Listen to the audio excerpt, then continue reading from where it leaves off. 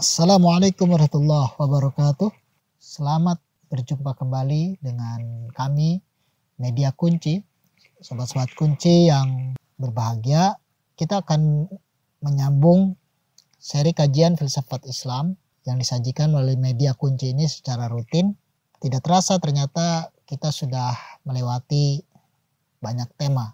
Dan sekarang kita sudah mulai memasuki satu tema, yaitu tema tentang filsafat moral atau etika. Dan ini sebenarnya masuk ke dalam kategori filsafat praktis. Pada kesempatan kali ini kita akan mendiskusikan tentang definisi filsafat moral atau etika, dan tentu saja pembagian-pembagiannya. Dan yang kedua adalah konsep etika dalam filsafat Islam, dan nanti yang terakhir kita akan berbicara tentang bagaimana pandangan-pandangan Al-Quran ataupun hadis-hadis Nabi berbicara tentang moral atau tentang etika. Jangan lupa untuk terus mendukung channel YouTube ini dengan like, komen, dan subscribe channel YouTube ini agar Anda bisa berkontribusi untuk kemajuan dan perkembangan channel YouTube ini. Anda bisa juga menikmati secara berkala kajian filsafat Islam secara bertahap, satu sesi per sesinya. Semoga kajian-kajian ini bermanfaat bagi kita semua. Mendiskusikan tema moral, tema etika, atau di dalam bahasa Arab kita kenal dengan istilah akhlak dan adab. Tema ini sudah menjadi perhatian banyak kalangan, baik para filosof ataupun para ulama. Dan sebetulnya kalau kita banding-bandingkan di antara para pemikir yang memberikan perhatian besar kepada persoalan etika dan moral ini, tentunya sebetulnya adalah para sufi. Di dalam buku-buku tasawuf yang ditulis oleh para sufi itu selalu berbicara tentang moralitas. Karena itu berhubungan dengan bagaimana membentuk pribadi yang baik, pribadi yang sempurna, insan kamil. Nah, persoalan ini sudah juga dibicarakan oleh para filosof dari sejak masa klasik sampai era sekarang. Kalau kita mau menggarisbawahi, apa sebetulnya yang disebut dengan filsafat moral ataupun dengan etika? Sederhana, etika itu sebetulnya dia ilmu yang berbicara mengenai baik buruk pada tingkah laku manusia, yang dihubungkan dengan subjek mana yang harus, mana yang tidak harus, mana yang boleh, mana yang tidak boleh. Baik buruk ini di dalam etika tidak dialamatkan kepada wujud atau rupa atau bentuk, tetapi lebih bersifat nilai. Maka kadangkala di dalam kajian-kajian filsafat, etika atau filsafat moral kadangkala juga disebut filsafat nilai, persoalan nilai. Karena persoalan nilai ini tidak berhubungan dengan rupa dan bentuk sesuatu. Nah, oleh sebab itu para filosof memberikan perhatian yang sangat besar, sehingga nanti kita akan temukan bahwa diskusi persoalan yang dihadapi di dalam wacana filsafat etika ini tidak hanya bentuk-bentuk tingkah laku atau rupa-rupa tingkah laku yang baik dan yang buruk yang dibicarakan, tetapi secara kualitatif, apakah perilaku baik dan buruk bersifat objektif atau subjektif? Apakah dia mandiri ataukah dia hanyalah merupakan suatu konsep pikiran saja? Atau di dalam istilah filsafat Islam itu dikenal dengan persoalan i'tibariyah. Nah, inilah yang banyak didiskusikan oleh para filosof muslim. Ada buku yang ditulis oleh Ayatullah Murtada Mutahari berjudul Filsafat Teoritis dan Filsafat Praktis. Tema atau istilah filsafat teoritis dan filsafat praktis ini digunakan oleh para filosof klasik juga.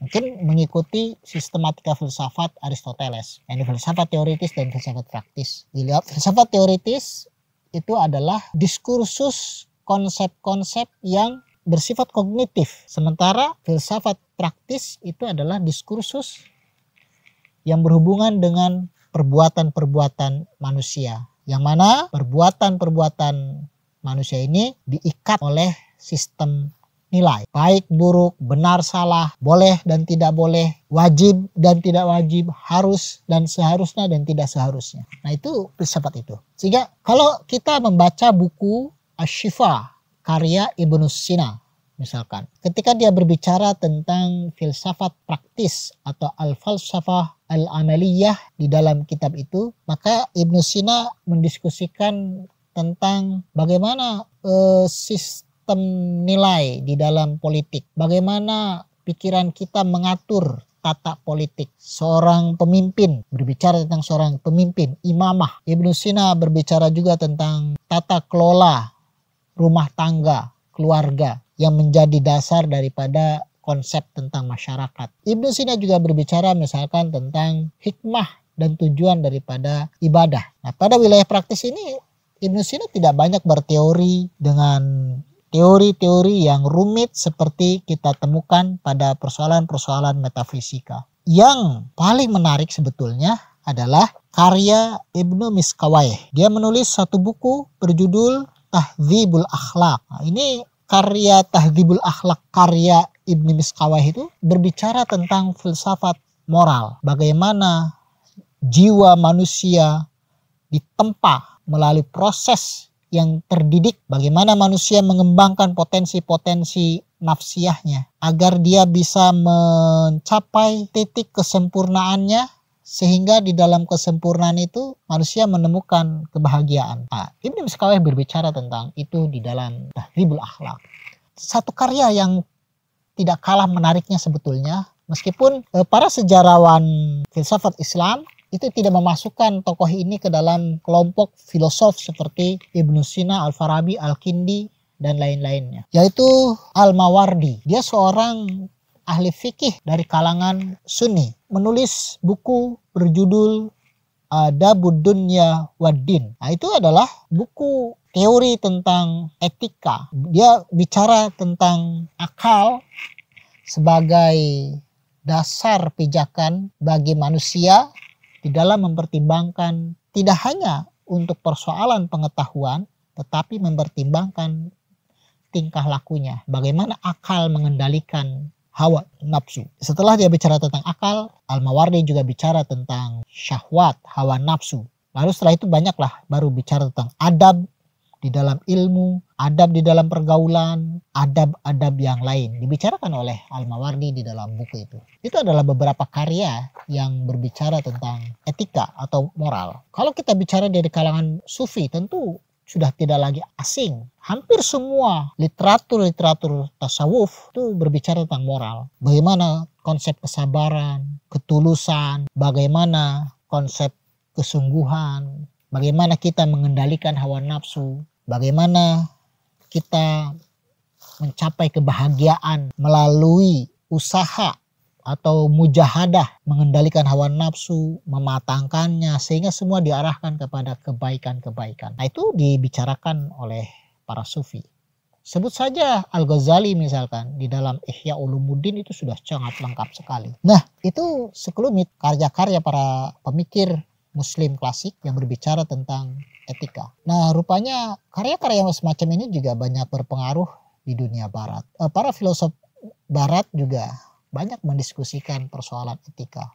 Tentu yang paling terkenal adalah Immanuel Kant. Dia memang ada satu karya khusus berbicara tentang etika yang ditulis oleh Immanuel Kant. Tidak hanya itu.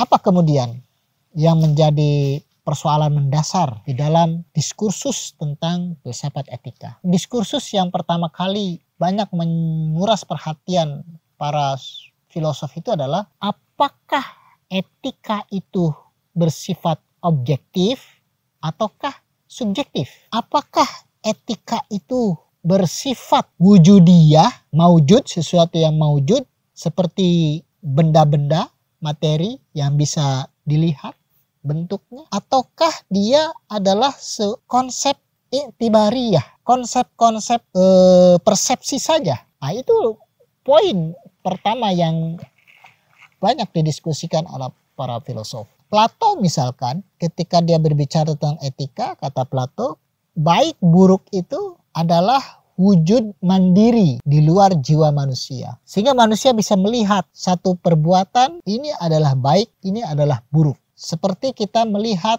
wajah seorang wanita, apakah dia cantik ataukah tidak. Nah, kata Plato, etika yang berhubungan dengan nilai baik buruk itu seperti benar salah, itu objektif. Tetapi terlihat rupanya tidak sama dengan konsep-konsep yang ditawarkan oleh Aristoteles. Aristoteles justru melihat etika itu atau nilai baik dan buruk itu tidaklah objektif, dia bersifat subjektif karena semua nilai itu ada bersifat i'tibariyah, hanya satu konsep persepsi. Sehingga kita tidak bisa memiliki ukuran universal tentang baik buruk pada satu tingkah laku manusia. Seperti tadi saya katakan bahwa sistem etika, moral, nilai itu bersifat subjektif. Apa yang kita maksud dengan subjektivitas pada akhlak, moral, dan etika atau nilai? Baik buruk itu bergantung kepada situasi, ruang waktu, zaman, masyarakat. Satu masyarakat punya sistem etika, sistem nilai yang tidak sama dengan masyarakat yang lain. Kita ambil contoh misalkan, pada suku-suku pedalaman yang belum tersentuh dengan budaya modern, punya nilai etika yang tidak sama. Dalam pakaian adat misalkan, bagi suku-suku tertentu, seperti di wilayah kita, orang-orang di Papua misalkan, bagi mereka koteka itu sudah cukup etis. Tetapi bagi orang-orang yang di luar itu, seperti kita, punya sistem yang tidak sama. Bagi kita, sistem nilai dalam etika berpakaian menutupi seluruh anggota tubuh itulah yang etis. Nah, sehingga kita tidak bisa menilai etika orang lain itu buruk atau satu suku tertentu buruk menurut kacamata dan ukuran-ukuran yang kita miliki. Begitu sebaliknya, satu kelompok etnis tertentu tidak bisa menilai kelompok etnis yang lain. Nah, bisa jadi satu kebiasaan, tradisi, budaya dan yang lainnya bagi satu kelompok masyarakat tidak baik, tetapi bagi pemilik budaya dan adat istiadatnya itu adalah baik. Nah, itulah realitas daripada relativitas moral atau akhlak atau etika.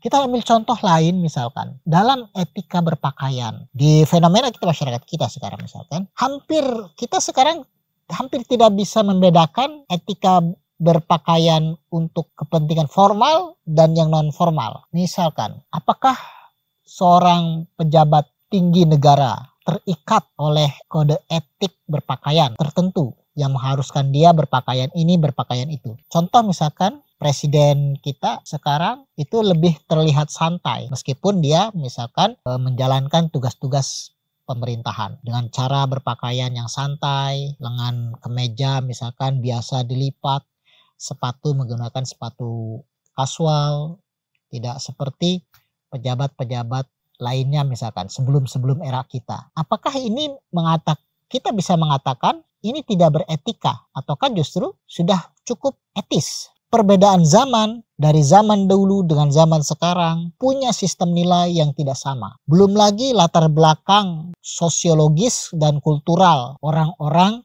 yang hidup di zaman-zaman tertentu itu tidak pernah sama. Sehingga etika itu adalah subjektif, tidaklah objektif.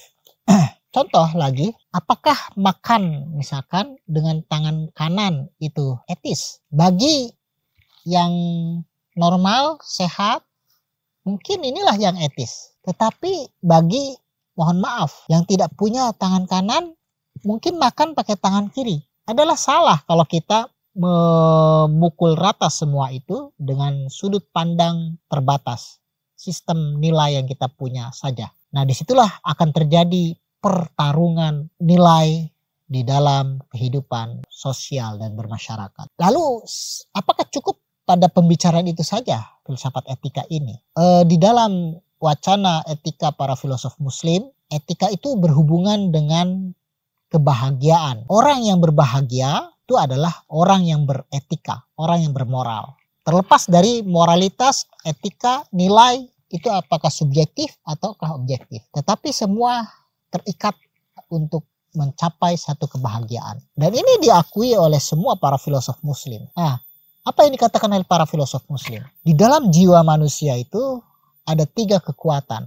Kekuatan akliyah, al-quwatul akliyah, kekuatan akal atau kekuatan kognitif. Ada kekuatan syahwatiyah, yaitu kekuatan nafsu, dan ada juga kekuatan godobiyah atau kekuatan amarah.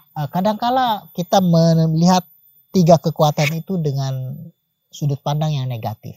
Kalau kita mengatakan kata syahwat, itu pasti orientasinya negatif. Begitu juga ketika kita bilang marah, amarah, itu dengan pasti menilai orientasinya adalah negatif. Nah, sebetulnya itu adalah alamiah jiwa manusia. Bagaimana sistem moral, bagaimana filsafat etika berbicara tentang 3 kekuatan ini. Nah, etika, kata para filosof muslim, itu sebetulnya bagaimana daya akliyah manusia mengelola, mengatur, memandu 2 kekuatan yang lainnya, 2 potensi yang lain, yaitu potensi syahwatiyah dan potensi godobiyah. Apa fungsi syahwatiyah? Fungsi syahwat itu adalah daya tarik manusia kepada realitas di luar diri manusia. Kalau syahwatnya mati, itu sangat bahaya. Kalau syahwat manusia ini dimatikan, maka manusia tidak akan tahu mana yang lezat, mana yang tidak lezat. Makan itu bisa menikmati enaknya makan, lezatnya makanan, itu karena ada potensi syahwatiyah di dalam jiwa. Bahaya kalau syahwat ini mati. Orang tidak akan bisa membedakan nikmatnya makan sate dengan nikmatnya makan jengkol misalkan. Apa bedanya 2 kenikmatan kelezatan ini? Kalau tanpa potensi syahwatiyah itu tidak akan bisa. Maka kalau syahwatiyahnya mati, hasilnya apa? Hilanglah nafsu makan. Kalau hilang nafsu makan pada diri manusia, apa hasilnya? Hasilnya adalah kesengsaraan. Kesehatan menurun. Sakit itu adalah rasa dari kesengsaraan. Karena berkurangnya kesehatan, maka kita merasakan sakit. Sakit itu menandakan kita ada di dalam kesengsaraan. Kalau juga nanti godobiyah kita matikan, amarah kita matikan, itu juga bahaya. Apa bahayanya? Bagaimana kita bisa melindungi diri kita? Dicaci maki orang, kita tersenyum, diam, dipukuli orang, kita tersenyum, kita diam, jiwanya terancam, kita diam. Begitu nanti sebaliknya, tidak akan muncul satu keadilan atau keadilan tidak bisa ditegakkan. Kalau amarah, potensi amarah pada jiwa manusia itu mati, kita tidak akan berani bertindak apa-apa. Kalau kita melihat teman kita dilukai, dijahati oleh orang, kita diam saja. Nah, jadi kalau ada orang diam melihat kejahatan, itu berarti salah satu potensi jiwanya mati. Dan itu menandakan jiwanya tidak sehat. Nah, oleh sebab itu kesalahan adalah gini. Orang yang salah adalah berpikir atau berpendapat bahwa syahwat dan amarah itu harus dimatikan. Itu satu yang keliru. Tasawuf bukan untuk mematikan amarah dan syahwat. Tetapi tasawuf di dalam Islam untuk mengelola potensi syahwat dan amarah. Nah, sehingga bagaimana cara mengelola 2 ini? Cara mengelolanya adalah mengoptimalkan potensi rasionalisme manusia. Maka kalau Immanuel Kant bilang semakin rasional manusia itu semakin etis. Dan semakin rasional manusia semakin mendapatkan peluang berbahagia. Dan itu diakui oleh para filosof muslim. Kebahagiaan itu ditentukan oleh kematangan potensi akliyah manusia. Kesempurnaan manusia di dalam mengelola 3 potensi inilah akan menemukan kebahagiaan. Jadi bahagialah orang yang mampu mengelola 3 potensi ini. Nah, kata Ibnu Miskawai, bagaimana cara manusia bisa mengelola ini? Filsafat. Filsafat itu adalah jalan untuk mengelola 3 potensi ini. Sehingga kata Ibnu Miskawai, manusia itu bisa menemukan kebahagiaan melalui filsafat. Karena filsafat sebagai satu disiplin ilmu sebetulnya memberikan formula untuk mengelola 3 potensi jiwa manusia ini. Nah, daya rasional semakin tinggi rasionalitasnya, maka semakin menemukan kebahagiaan. Yang keliru kemudian adalah memahami rasionalisme atau rasionalitas itu sendiri. Rasionalisme barat itu terbatas kepada kemampuan akal manusia dalam mengelola daya-daya indrawi. Tetapi di dalam filsafat Islam, daya rasional itu lebih dalam daripada itu. Maka semakin rasional manusia sebetulnya semakin dekat dengan Tuhan. Semakin memahami hubungan antara dirinya dengan Tuhan. Semakin tinggi rasionalitasnya, maka semakin dekatlah dia dengan Tuhan. Nah, di dalam kedekatan itulah manusia menemukan kesempurnaan. Di dalam kesempurnaan itu ada kebahagiaan. Dan ini diakui oleh Al-Quran, oleh Rasulullah Shallallahu Alaihi Wasallam. Ketika Al-Quran mengatakan, ya ayuhan nasu budu, kamu beribadahlah. Kita menafsirkan ayat ini hanya sebatas fikhiyah, bahwa dengan ibadah. Ibadah itu adalah simbol kedekatan kita dengan Tuhan. Dan ibadah itu sebetulnya satu bukti rasionalitas manusia. Itu artinya akal manusia semakin mengerti kedudukan dirinya di hadapan Tuhan. Sebagai satu realitas atau sebagai eksistensi di muka bumi ini, manusia tidak bisa lepas dari wujud Tuhan. Maka semakin memahami itu, manusia semakin beribadah, semakin dekat kepada Tuhan. Dan semakin itu pula artinya manusia semakin hidup beretika. Keadilan, kezaliman di dalam Al-Quran, kezaliman di dalam Al-Quran misalkan itu adalah sesuatu yang harus diperangi. Mengapa? Karena pada kezaliman itu ada bukan hanya persoalan etika, tetapi menghadirkan kesengsaraan kepada manusia. Dan kesengsaraan itu tidak akan mendatangkan kebahagiaan. Maka para nabi itu diutus untuk memerangi kezaliman. Untuk apa itu? Untuk mengentaskan kesengsaraan pada manusia. Dan di dalam ketika kesengsaraan itu hilang, manusia akan menemukan kebahagiaan. Nah, jalannya adalah sekali lagi bagaimana mengoptimalkan 3 potensi ini. Maka Nabi mengatakan, addibu auladakum, didiklah anak-anakmu, atau akrimu auladakum, muliakan anak-anakmu bi ahsanil adab, dengan adab yang lebih baik, adab yang lebih indah. Apa itu maknanya? Maknanya adalah semakin beradab manusia, maka semakin dekat kepada kebahagiaan. Adab dikatakan tidak hanya satu tingkah laku yang baik, tetapi mencakup kepada bagaimana kita mendidik anak-anak kita untuk mampu mengoptimalkan 3 potensi itu. Potensi akliyahnya, potensi syahwatnya, dan potensi amarahnya. Sehingga semua ini diukur dengan nilai-nilai kebaikan. Dan oleh karena itulah kebahagiaan bisa dimaknai dengan baik. Sekali lagi, manusia yang lebih rasional, maka itulah manusia yang lebih etis. Dan manusia yang lebih etis, dia akan lebih dekat menemukan kebahagiaan. Karena kebahagiaan adalah tujuan daripada hidup manusia, dan standar kemuliaan, kesempurnaan manusia ada pada standar etisnya. Itu saja pertemuan kita kali ini. Semoga bermanfaat. Assalamualaikum warahmatullahi wabarakatuh.